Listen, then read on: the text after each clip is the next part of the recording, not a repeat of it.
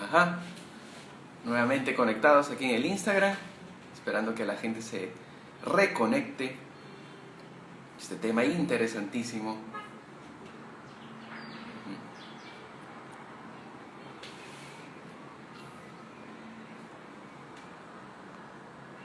Listo, vamos a invitar al doctor Alan.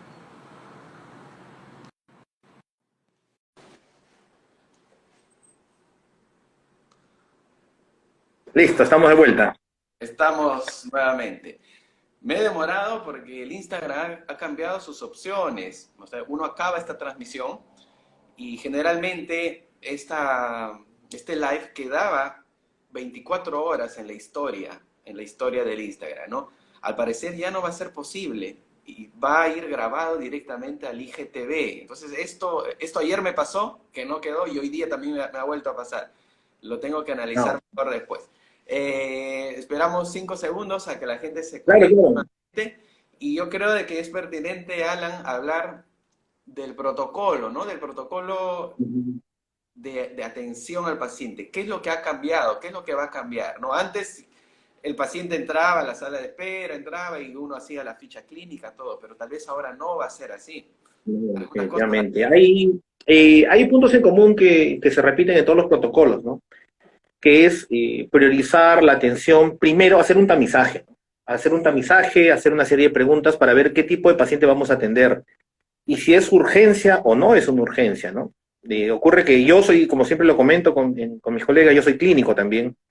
Entonces, me están llamando muchos pacientes para la atención, para que los atiende y los agende, y qué procedimientos quieren, que hacerme una endodoncia, que hacer cambiarme la corona, quiero hacerme un procedimiento cambiar mis amalgamas. Entonces, son procedimientos que van a generar aerosoles que, considerando que un gran porcentaje de la población es asintomática con este coronavirus, entonces no son tratamientos recomendables para hacer, ¿no? La Federación Dental Americana recomienda no atender si es que no se trata de una urgencia en realidad. Y en general, todos los protocolos nos indican lo mismo. No atender a no ser que se trate de una urgencia realmente o una emergencia, ¿no? Entonces, ahora, agendarlo, conversar primero con el paciente, hacer un filtro, una serie de preguntas, si ha tenido las sintomatologías propias de la enfermedad, que a estas alturas creo que ya la mayoría lo tiene, para de acuerdo a eso ir filtrando el paciente y tratar de disminuir las posibilidades de atender a un paciente que tenga la enfermedad de manera asintomática. Otro punto es que tenemos que reestructurar, he visto con mucho agrado, muchos colegas están empezando a remodelar sus consultorios o sus clínicas, ¿no?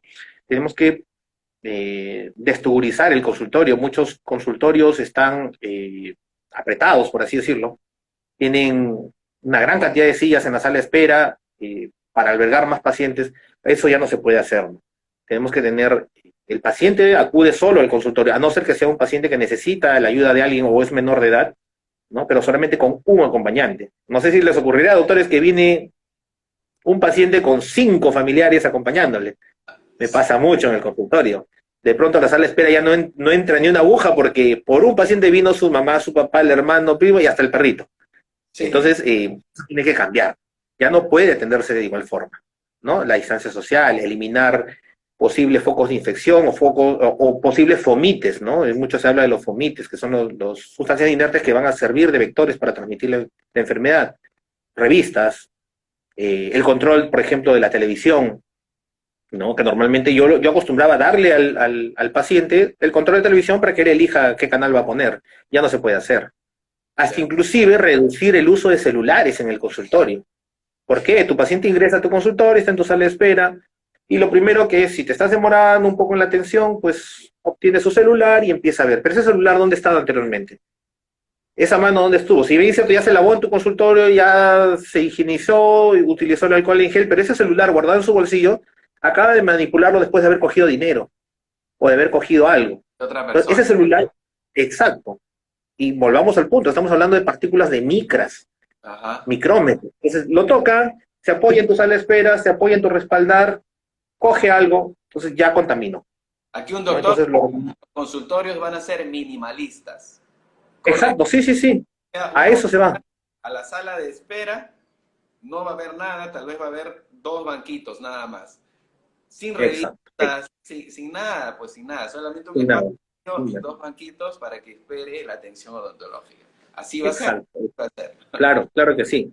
Ahora, veo con agrado se está instalando la utilización de pediluvios, ¿no? Esas bandejitas con una solución ya sea de hipoclorito o alguna solución para poder evitar el arrastre de agentes contaminantes de la calle, ¿no?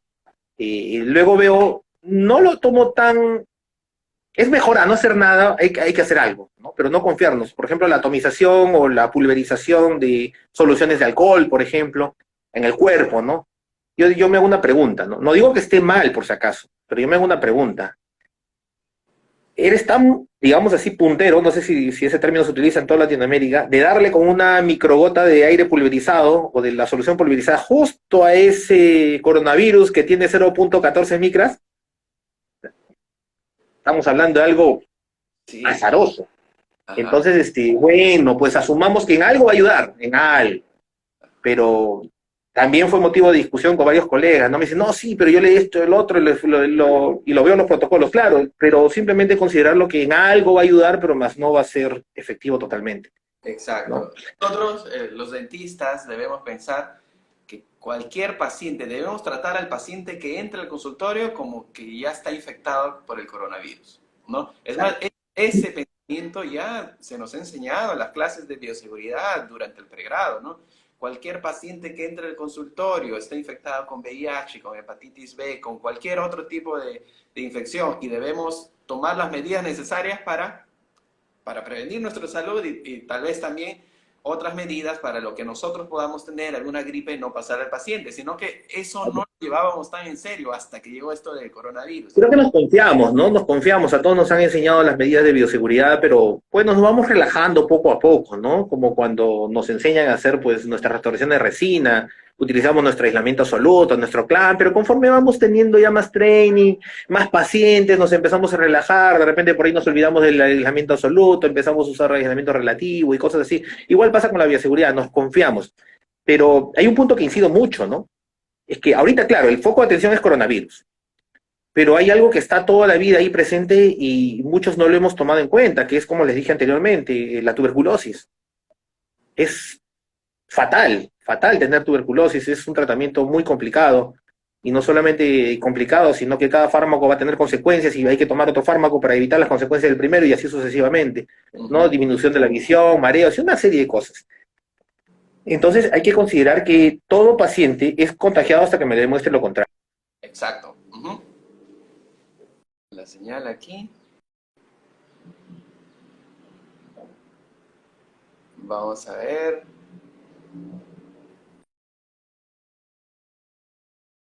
Volvemos a conectar. Vamos a volver a conectar al doctor Alan. Ajá. Que se fue. Conexión del Instagram nos ha fallado. Volvió la señal, ya estamos de De vuelta. nuevo. Sí. Entonces hablábamos de eso, ¿no? De que cada paciente lo debemos considerar así como un juicio, ¿no? Todo paciente, todo, como dicen, toda persona es considerada inocente hasta que no se demuestre su culpa. Igual, todo paciente lo considero contaminado hasta que no me demuestre lo contrario, ¿no? Entonces, Exacto. haber relajado estas medidas de bioseguridad muchas veces ha costado enfermedades, ¿no? Ha costado un montón de enfermedades a colegas, ¿no? Y partiendo de algo tan sencillo como esto, ¿no? Partiendo con esto. Yo también por muchos años me sentí confiado utilizando este tipo de respiradores y pues no cumplen. Algo interesante que estaba leyendo al respecto en PubMed, pero artículos que han sido desarrollados, ejecutados en marzo y han sido publicados en abril, que uno de los criterios importantes que formaban parte del protocolo, ¿no? de atención al paciente era preguntarle si había viajado a algún país No, y asiático. eso ya cambió, ya, Pero eso ya hoy en día no vale, ya no, ya, pero ya sí no vale. vamos a encontrar, o sea, porque todo ha cambiado tan rápido, pues ellos definen que esa sería una estrategia válida, ¿no? Preguntar Mm, si viene de un país ya no. europeo y medirle la temperatura también. Y yo entiendo que por ahí de la temperatura también, no siempre un paciente infectado por Exacto, coronavirus va a presentar temperatura. Entonces, a veces, ayer salí, toda la fila que entra de personas que entran a los bancos, el seguridad les mide la temperatura con ese termómetro infrarrojo, pero eso tampoco pues es 100% seguro, porque un paciente infectado no necesariamente va a presentar cuadros febriles, ¿no? Vi por ahí un intento, no sé si ha modificado acá en el Ministerio de Trabajo, el pedir, solicitar las pruebas rápidas, ¿no? Es un protocolo. Por ahí lo leí, no sé, porque todo está yéndose. Lo que pasa es como dice acá, ya que lo hemos citado el doctor Huerta, ¿no? Esta es una enfermedad que se está conociendo recién, pues, 3 meses, 4 meses. Entonces, no la conocemos mucho. Entonces la vamos conociendo conforme va pasando el tiempo y el ensayo y el error, ¿no? Entonces, el pedir, por ejemplo, pruebas serológicas, las pruebas rápidas, no te garantiza absolutamente nada. Me garantiza que aún no he desarrollado anticuerpos para el coronavirus, pero no me dice si es que lo tengo o no. Es decir, puedo salir negativo en una prueba serológica, sin embargo, ser un portador asintomático. Entonces, en teoría, ¿qué debería hacer? Tomarle pruebas serológicas todos los días al paciente, con lo caro que están. Entonces, no es aplicable. No, Solamente eso te la no. va a dar información en un momento. Los Te va a jugadores dar de información. fútbol de Europa sí se Sí, van a hacer pruebas rápidas todos los días, porque tienen el dinero, eso, pero pero igual, en el puede estar contaminado y salir negativo en una prueba rápida. claro, No, sí, no sí, es. No, porque hay falsos negativos, ¿no? Y claro. entonces el dentista no debe preocuparse tanto en verificar si tiene o no tiene, porque eso es muy difícil. Como mencionamos, todos los pacientes que llegan al consultorio deben considerarse como infectados. Esa es la única forma para nosotros tener 100% de certeza que nuestras medidas preventivas deben ser las adecuadas, ¿no? Tal vez hace un mes era lo contrario. Hace un mes era, hay que intentar ver si este paciente podría tener coronavirus, haciendo una Claro. ficha clínica adecuada, midiéndole la temperatura. Hoy en día ya esa estrategia no vale, vamos a preocuparnos en las medidas preventivas. Hemos hablado de las mascarillas, de los respiradores, hemos hablado del enjuagatorio con agua oxigenada, ¿no? Y de hecho que debe ser diluido, esa de 10 volúmenes que se vende en Perú, debe ser diluido. Mencionaste, ¿cuál 5 era mililitros de agua oxigenada de 10 volúmenes, o equivalente que es el 30%, en 10 Ajá, mililitros de agua. Así tenemos 5, 15 mililitros de solución al 1%. ok, 5 mililitros de agua oxigenada en 10 mililitros de agua. Y aparte de esas medidas, ¿qué otras podemos mencionar? ¿No? Agua oxigenada, Hablando un respirador. poquito del agua oxigenada antes que se me vaya, seguramente en otros países la encuentran a otra concentración. Hay una fórmula muy fácil, ¿no? El volumen inicial del agua oxigenada por la concentración inicial es igual al volumen final por la concentración final. Entonces, es muy fácil. Por ejemplo, si tengo inicialmente agua oxigenada al 50%, entonces, ¿no? Volumen uno por concentración uno, el volumen uno es qué cantidad de agua oxigenada voy a utilizar, no lo sé. La concentración uno sería 50%. ¿Cuántos mililitros quiero tener, no? Volumen final, por ejemplo, 1 litro. ¿A qué concentración? Al 1%.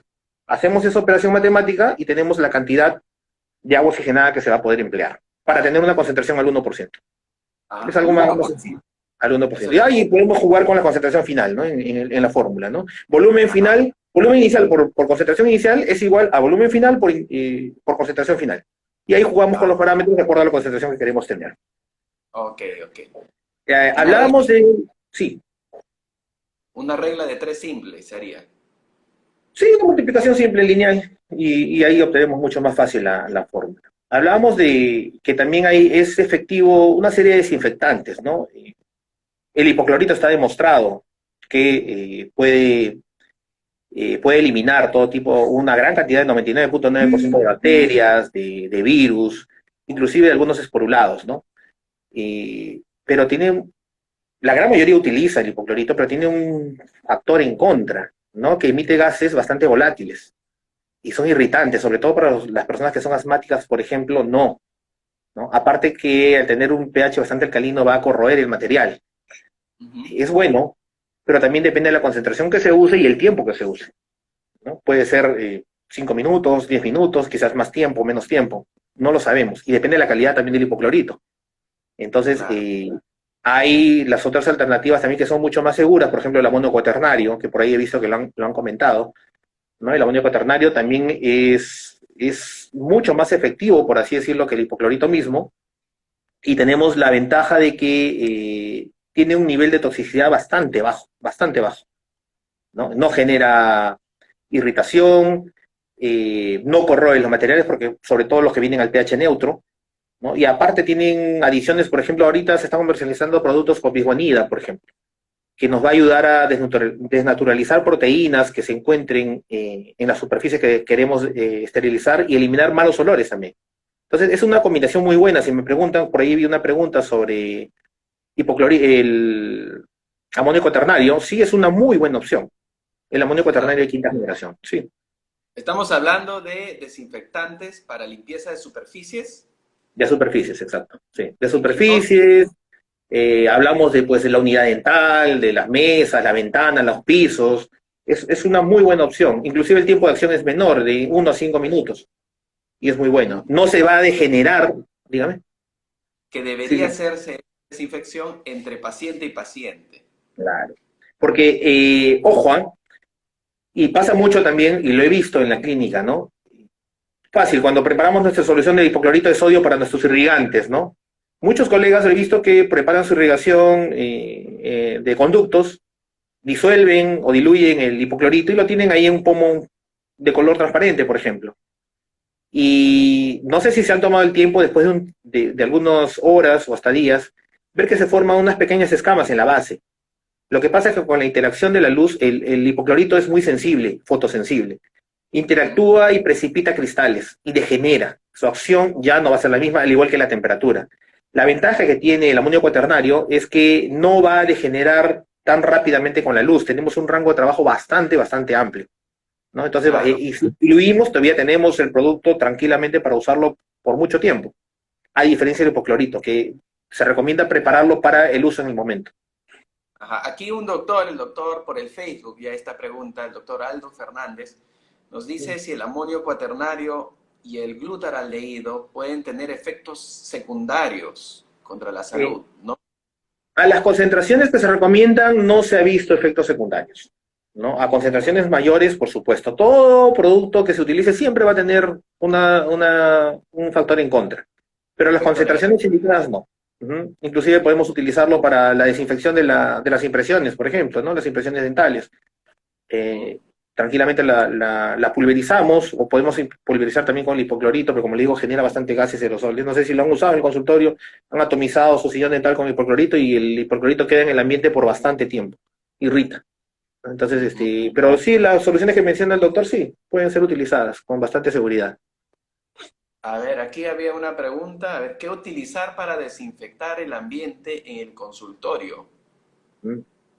Es como estábamos hablando, ¿no? De soluciones, ya sea hipoclorito, que es buena, pero es barata, buena, pero no es tan recomendable. Yo prefiero el amonio cuaternario, de quinta generación, que está demostrado que tiene un gran efecto virucida y sobre todo, como les dije, bastante efecto sobre bacterias esporuladas. Para recordar un poco, las bacterias esporuladas es un mecanismo de defensa de la bacteria. Ante situaciones adversas, la bacteria, por así decirlo, se reseca, pierde agua, pierde contenido y se endurece, por hablarlo así en sencillo. Y sobrevive mucho tiempo y muchos años inclusive. Entonces, matar las esporas es mucho más difícil, es mucho más difícil. Por eso, en autoclaves que no cumplen con los ciclos B, por ejemplo, una autoclave tipo N, ¿qué es lo que hacen para garantizar la esterilización o eliminación de esporas?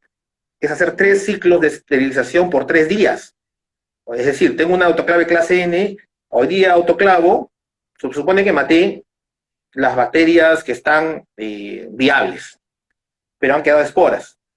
Entonces, espero que al día siguiente esas esporas germinen, por así decirlo, y vuelvo a autoclavar.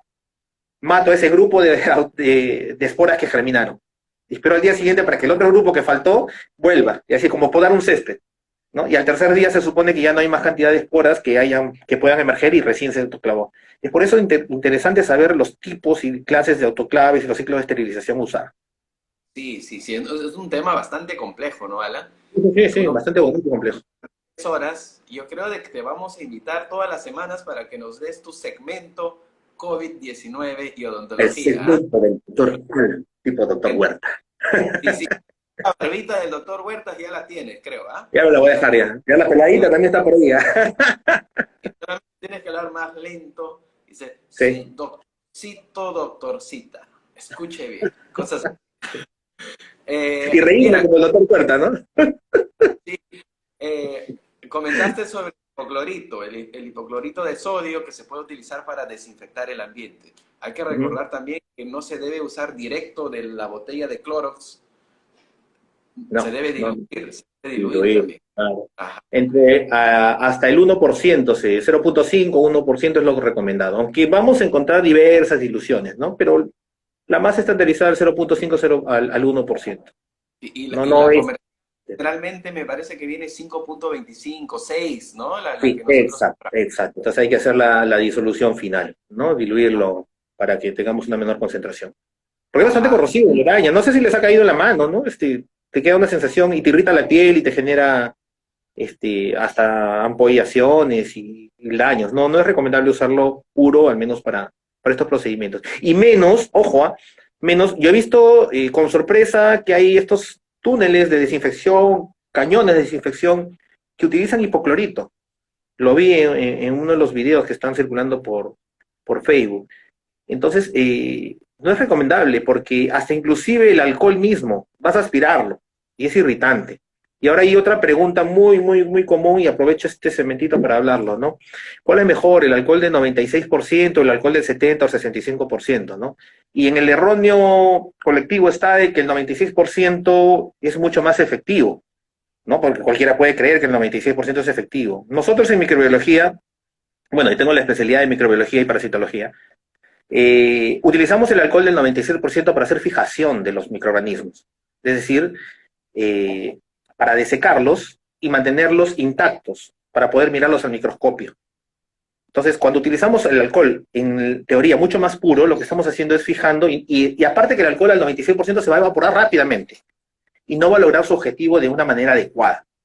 Mientras que el alcohol al 65, 60 o hasta el 70% de dilución nos permite más tiempo de acción, por lo cual va a lograr penetrar al interior de la bacteria o del organismo, microorganismo y desintegrarla por dentro. Mientras que el alcohol, a mayor concentración, no logra eso. Entonces, no siempre más es mejor. Y acá en este caso se aplica ese término. Más es menos, ¿no? Es recomendable el alcohol al 65-70%, porque también me han hecho bastante esas preguntas, ¿no? Yo uso el 96, yo uso al 90 y tantos, ¿no? Entonces, no, es mejor al 65-70%. Y esto les hablo Ajá, desde un punto de vista microbiológico. claro, claro.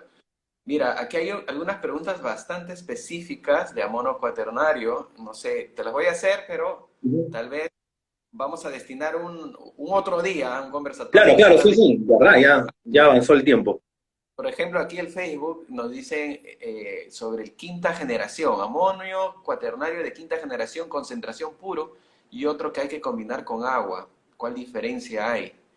¿No? Son Claro. preguntas bien específicas. Sí, lo que pasa es que el amonio cuaternario no se va a utilizar al 100% puro, definitivamente. Las concentraciones que se van a usar van a depender del producto comercial, pero las concentraciones son bastante bajas.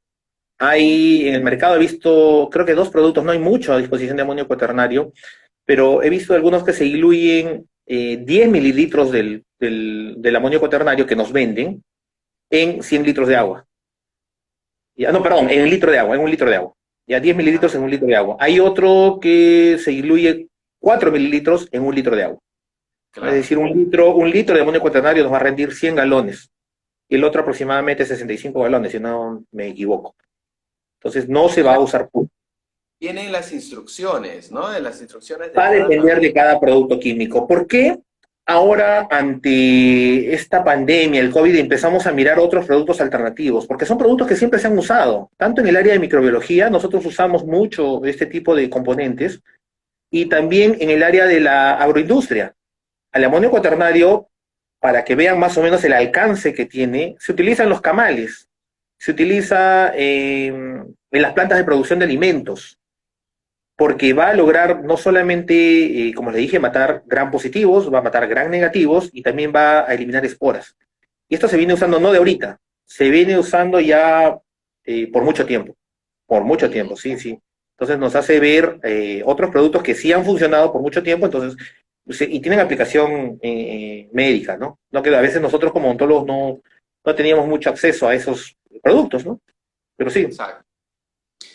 Alan, aquí la penúltima pregunta, para Ujú. no prolongar mucho la sesión de hoy. El agua oxigenada se inactiva después de 24 horas de diluida, nos dice. Ujú. Como el hipoclorito. Claro, va a depender en realidad de mucho de la calidad y el proceso que haya tenido el agua oxigenada en sí. Es variable, ¿ya? Ajá. Porque hay todo un ciclo de producción para que el producto final salga al mercado. Dependiendo la cadena productiva y la cadena de elaboración, va a ser el grado de degradación que va a tener. Pero ambos productos se degradan. Por Claro, eso se entonces, recomienda utilizarlos en el momento. claro, utilizarlos, hacer las preparaciones, las diluciones y Ujú. utilizarlos en el momento. No Exacto. tener de agua oxigenada diluida y usarlo para No, todo el mes. no, no, no. No, no, no va a No, generar. Ah, porque, un punto a considerar antes que se me vaya, doctores. Si recordamos nuestras prácticas de clínica, o nuestras prácticas, perdón, de química en el colegio, no es lo mismo preparar una solución de agua oxigenada, como le dije, 5 mililitros de agua oxigenada en 10 de agua, y echar mi agua oxigenada y luego echo el agua. Ojo, doctores, así no se prepara. Si voy a hacer un enjuague bucal de agua oxigenada, primero tengo que poner el agua, se sugiere que agua destilada, agua hervida, y luego le agrego los 5 mililitros de agua oxigenada. No va a ser lo mismo. Si yo hago al revés, voy a tener un producto de mala calidad y no va a cumplir la función. Entonces, siempre primero colocar el agua y luego agregarle, en este caso, como habíamos dado la fórmula, los 5 mililitros de agua oxigenada encima del agua ya servida. ¿Ya? No al revés nunca. o sea, a ver, primero el agua en un recipiente y Exacto. luego el agua oxigenada. Ese Exacto. es En este caso, el vasito del paciente le echa 10 mililitros de agua y sus 5 mililitros de agua oxigenada de 10 volúmenes o el 30%. No al claro, revés. es diferente. Así como nosotros tenemos clases de materiales dentales, materiales de impresión, y nosotros decimos el orden correcto es el agua en el recipiente, en la taza de goma, y luego el alginato. ¿No? Uh Igual, -huh. el agua en el recipiente y luego el yeso, cosa que generalmente en la clínica no se hace. Se Claro. hace contrario, ¿no? Uno coloca el alginate, después se coloca el agua y eso nos da un poquito más de dificultad para hacer la mezcla. Pero Claro. aquí es mucho más importante. Estamos preparando una solución desinfectante, ¿no? Para desinfectar el ambiente. Uh Debemos -huh. colocar primero el agua y luego el hipoclorito de sodio o El peróxido de hidrógeno, exacto. el agua Porque acá va a oxigenada. haber, sí, sí. Si se Y coloca de la recordar, manera errónea, va a haber una reacción exotérmica mucho más marcada. ok, y recordar que esa dilución, pues, tiene un tiempo de vida. No Uh -huh. preparar mucha solución diluida de agua oxigenada, porque la vida útil es corta, ¿no? Eso es importantísimo. Bien, la última pregunta y nos vamos, porque te vamos a tener más ¿Qué veces trataba? en tu segmento COVID-19 con el doctor Alan Gutiérrez. Y ahí está la pregunta, porque es un tema aquí a mí que me apasiona, que me gusta, y conforme más se investiga, más se descubre, ¿no? Entonces, sí, es importante, me gusta. Ajá, aquí hay una pregunta entre amonio cuaternario y DMQ. ¿Qué sería Mm. DMQ? DMQ es una marca comercial de amonio cuaternario que tiene adición de bisguanidas. Y si no me equivoco, lo comercializa la marca Spartan, una marca norteamericana. Eh, no solamente es amonio cuaternario, sino como le dije, la bisguanida lo que le va a agregar es la capacidad de matar o eliminar cierto tipo de bacterias y sobre todo residuos orgánicos y quitarles el olor, ¿no? Entonces, potencia. Aparte que la bisguanida, el que tiene el DMQ, es como nuestra amoxicilina más ácido clavulánico, ¿no? El ácido clavulánico nos va a dar ese toque final para microorganismos resistentes a beta-lactamasas, ¿no? Claro, Ya, la biguanida nos va a dar ese margen para que el microorganismo no haga resistencia al amonio cuaternario, porque hablar de microorganismos es todo un tema. Los odontólogos somos un poco egoístas y a veces tenemos un odontólogo a media cuadra y de repente quizás ni le hablamos o no le compartimos nada. Los microorganismos no son así. Las bacterias, los virus encuentran algo, procesan algo y lo comparten por diversos medios a todo su entorno. Si yo me hago resistente a algo, en cuestión de minutos, todo mi entorno va a ser resistente a lo mismo que yo superé. Y esto debido a la alta tasa de mutagenicidad que tienen, ¿no? Entonces, van a hacerse resistentes muy rápidamente. ¿Ya? Ante la exposición continua a algo, van a hacerse resistentes. Las biguanidas previenen eso. Entonces, digamos que un amonio cuaternario con una biguanida va a ser mucho mejor que un amonio cuaternario simple. Ese es el efecto, claro. Y esto se da para entender un poco porque de repente les interesa, no sé, yo me apasiona en esto.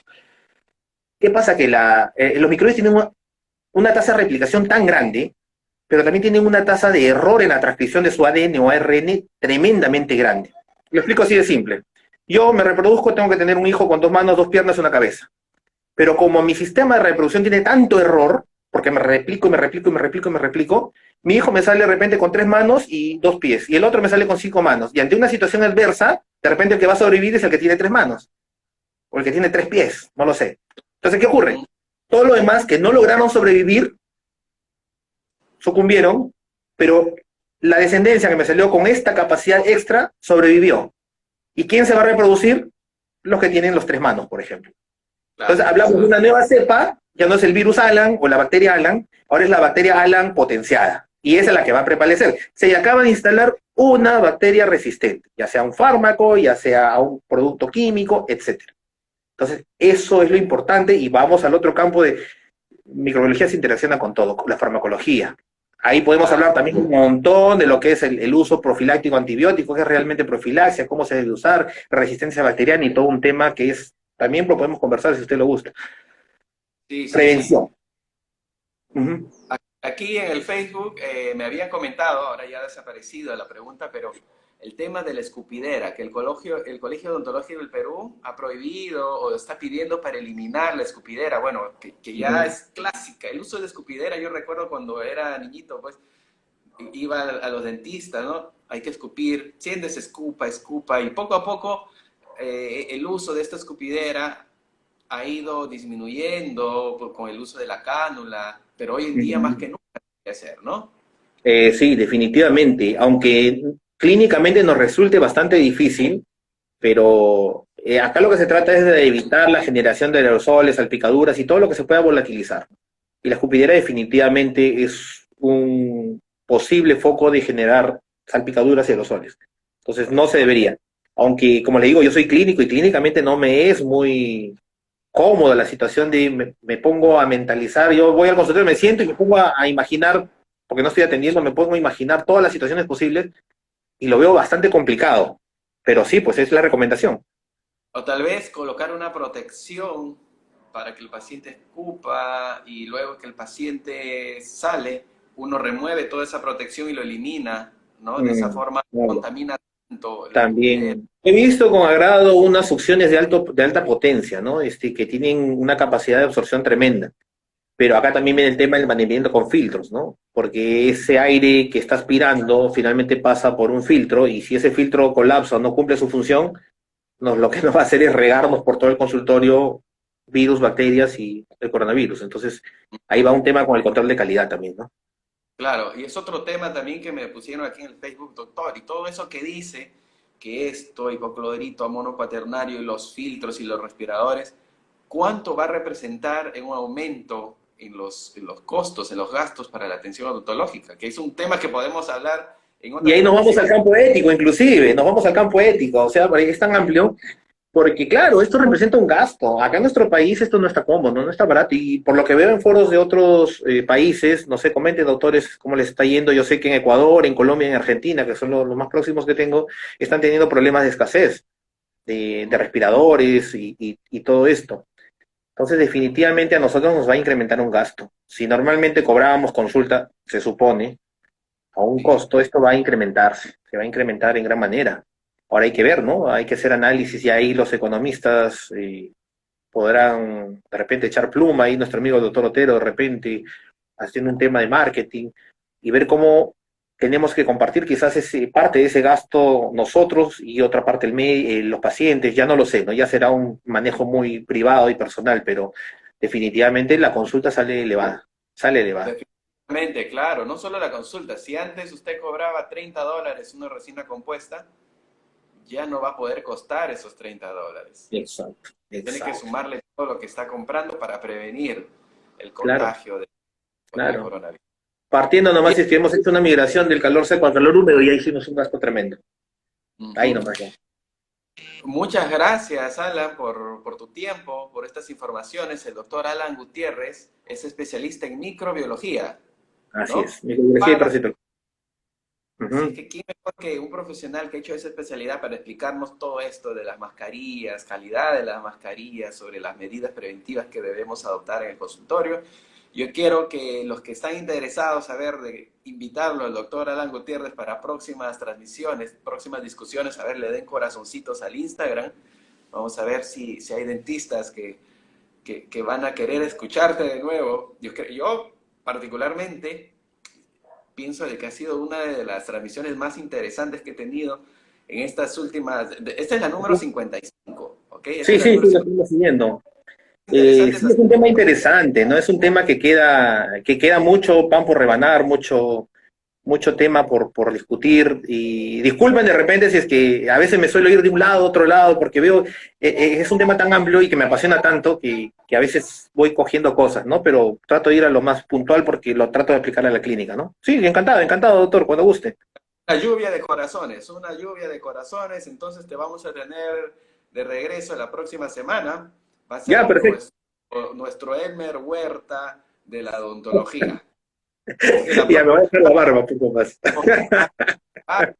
hablando más pausado, Vamos a hablar un suavecito, poquito más pausado, más poquito. calmadito, más Sí. calmadito. Muchas Y me gracias, Alan. río. Grande abrazo, Gracias. doctor. Grande abrazo para servirles cuando gusten. Chao, chao. Gracias. Amigos, ha sido un interesante conversatorio, discusión con el doctor Alan. Así es que me despido de los amigos del Instagram. Será hasta el día de mañana a las 9, 9:30 de la mañana. Un fuerte abrazo. Así es.